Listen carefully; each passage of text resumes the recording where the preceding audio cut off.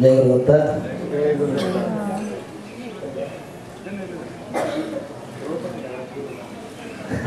Jaya Guru Datta. We have spent more than 14 days in the sacred presence of Puja Swamiji.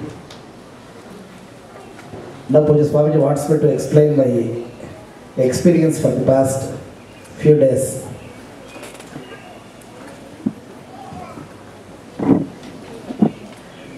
Indeed, this is one of the best part of my life.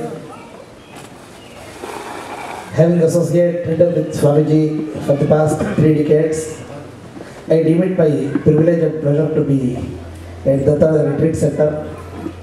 My previous visit was in 2009. MahaRudram Yaga was one important occasion.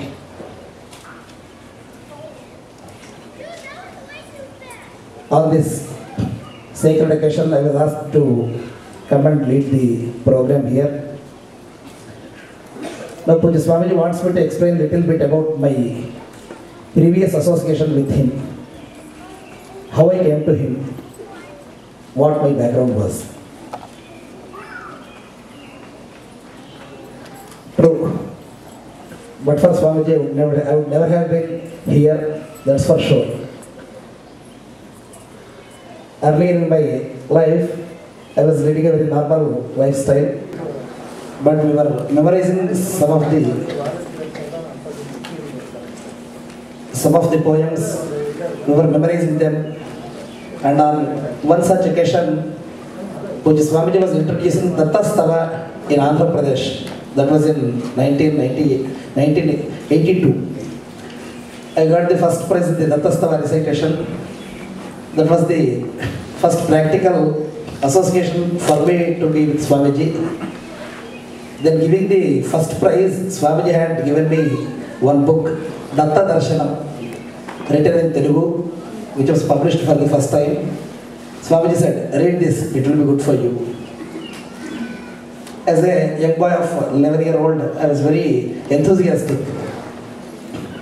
Within 7 days, I could complete the book.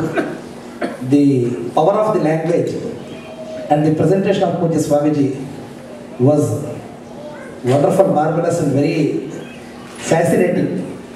I read those sentences again and again. I completed the Datta Darshana Parayana 7 times within 1.5 months. I was mesmerized by Swamiji, even till date. But since 1984, I had never read the Datta Darshana in full. But those sentences really, they permeate my mind all the time. Slowly I got the fascination to be with Swamiji. Little later, there was an occasion, my mother approached Swamiji that she wanted to serve him. But she is not blessed with the best of the health. But Swamiji wanted her to, what you have in mind? She said, whatever you deem fit, I will do that. Then on my 12th birthday, I was taken to Swamiji. And Swamiji said, send this boy to me. That was 21st January 1985. Previously, 2 weeks earlier, Swamiji was in Machilipatnam. There I was also serving as a volunteer, managing the cycle traffic. But I was down with fever. Then to receive the prize, I came to Swamiji. Then Swamiji said, a devotee called Lakshmi Das, he is no more now, Vallabhan and Lakshmi Das. He said, Swamiji, this boy is very sick. Swamiji just said one sentence, he will come to me, everything will be alright. The sentences what Swamiji has spoken just now, please understand, they seem to be very casual sentences, very, very casual sentences. But to understand this essence, because this is one particular reason why I prefer to sit around Swamiji. He is a very silent teacher. The moment Swamiji starts to speak many things, the great wisdom he has imparted to us, the philosophical lessons, that was also another important occasion in my life. Swamiji once called me to make a Dattu when he was leading the Kriya Yoga. In fact, in 85 itself, when I was a very small kid, Swamiji said, sit near me I just wanted to listen to the Kriya Yoga classes. Swamiji took the 7-day class in Mysore. You know that was the first class. That is the reason why today also that hall is called as Kriya Yoga Hall. I was lucky to be part of it. Then in Vekadatta also Swamiji had initiated us into the philosophical life. Thereafter the Upanishad lessons, studying Veda, Krishna Yajurveda, and its Ghananta, Lakshana, Veda Bhashya, Rigveda, Yajurveda, the Shastras, Mimamsa Shastra, Vyakarana Shastra, and degrees, doctorates, they all come our way. But main important feature of my life was the presence of Swamiji, which is always there.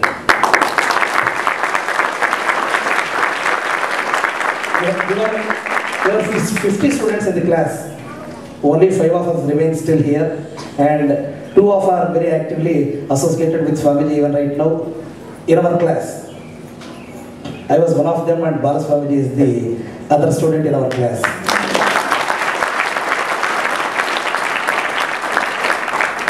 When Swamiji speaks many sentences, the philosophical sentences from Upanishad, they came in our mind. But for Swamiji, as I said, our family did not have any inclination towards Veda. In fact, I was very much allergic towards the Vedic studies, to be very precise. I never wanted to study at first place at all. Swamiji, sometimes he cajoles, sometimes he attracts, sometimes he admonishes, sometimes he punishes, sometimes the threat of the use makes much of the things. When I was 15-year-old, we were very much around Swamiji. We were irregular in our classes. Swamiji said, from this day onward, you are not going to come to me. I was literally upset. Then Swamiji did. Till that day, we were moving in Gurudhanayam like any other kid. Swamiji said, no, you should go to classes, you should not come to me.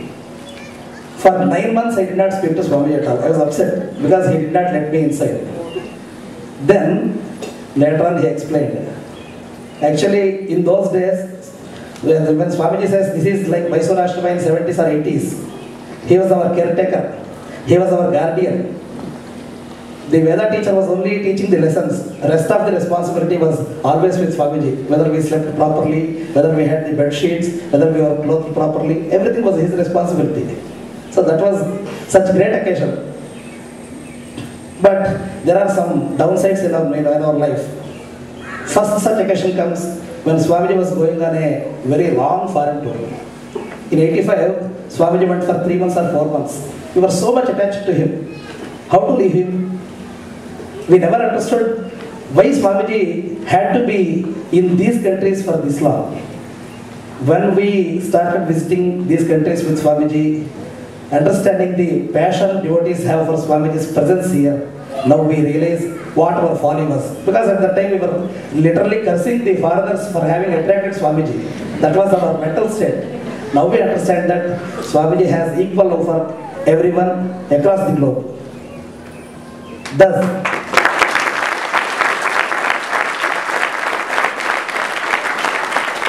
many of the great commandments in our lives by Swamiji, they seem to be mere casual sentences. When we were reading the first Pratishtha of in the ashram, that was in 1991, when the Swami Narahari Tirtha had attained divinity. Swamiji said, go and assist that scholar. Madhuri Yajur was there.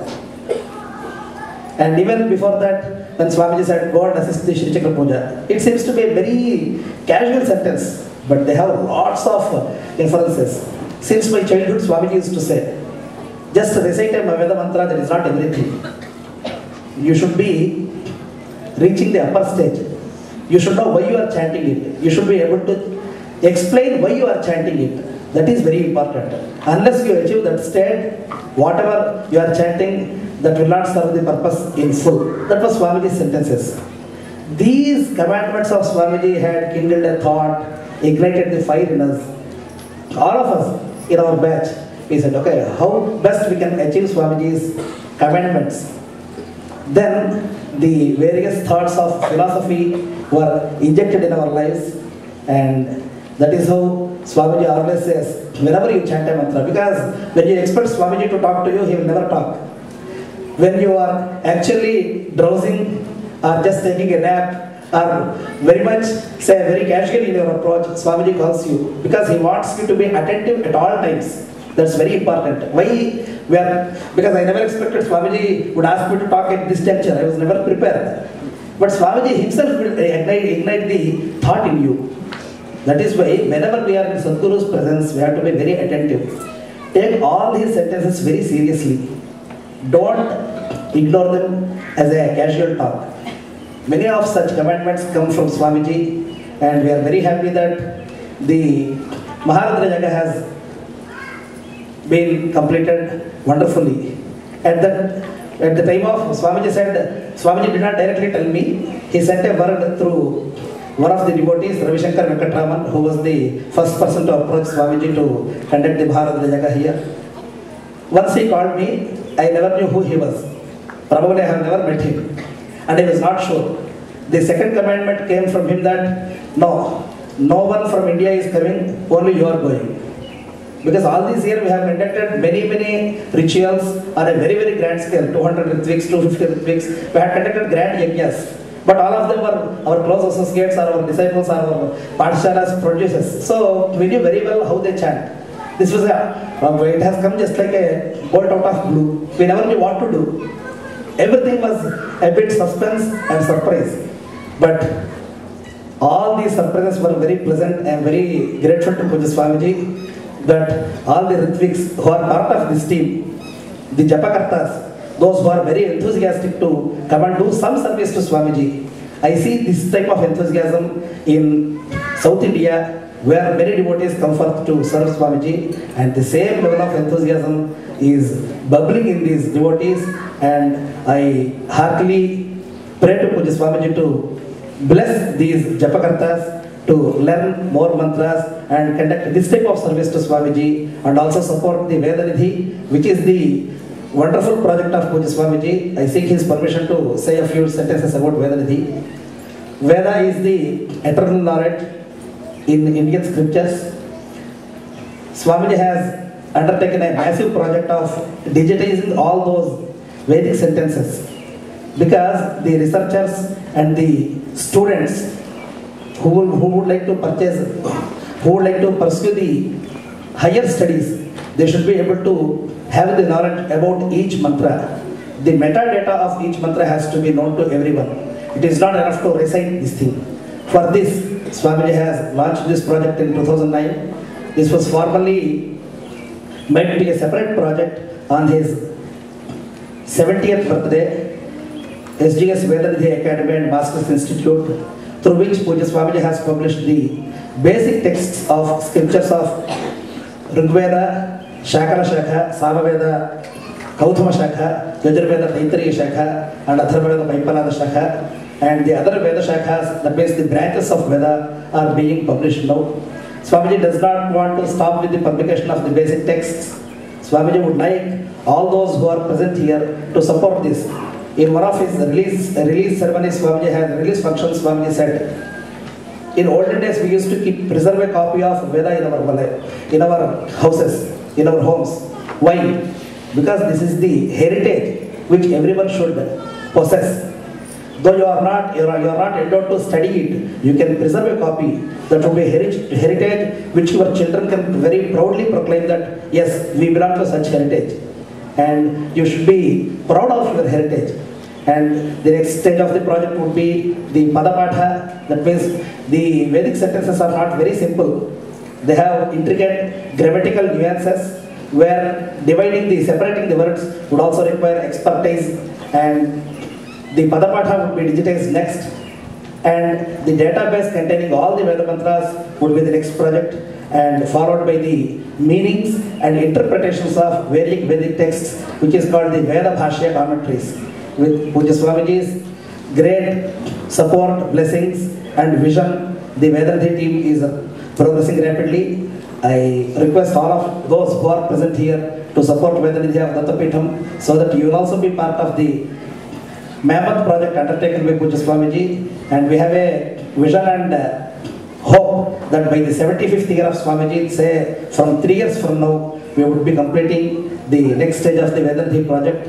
And I thank Pujya Swamiji heartily and Bodovan on behalf of all the Ritviks here, present here, for having given us the wonderful opportunity to conduct the first ever MahaRudram Yagam on behalf of Datta Peetham in this part of the world. Thank you. Jaya Guru Datta.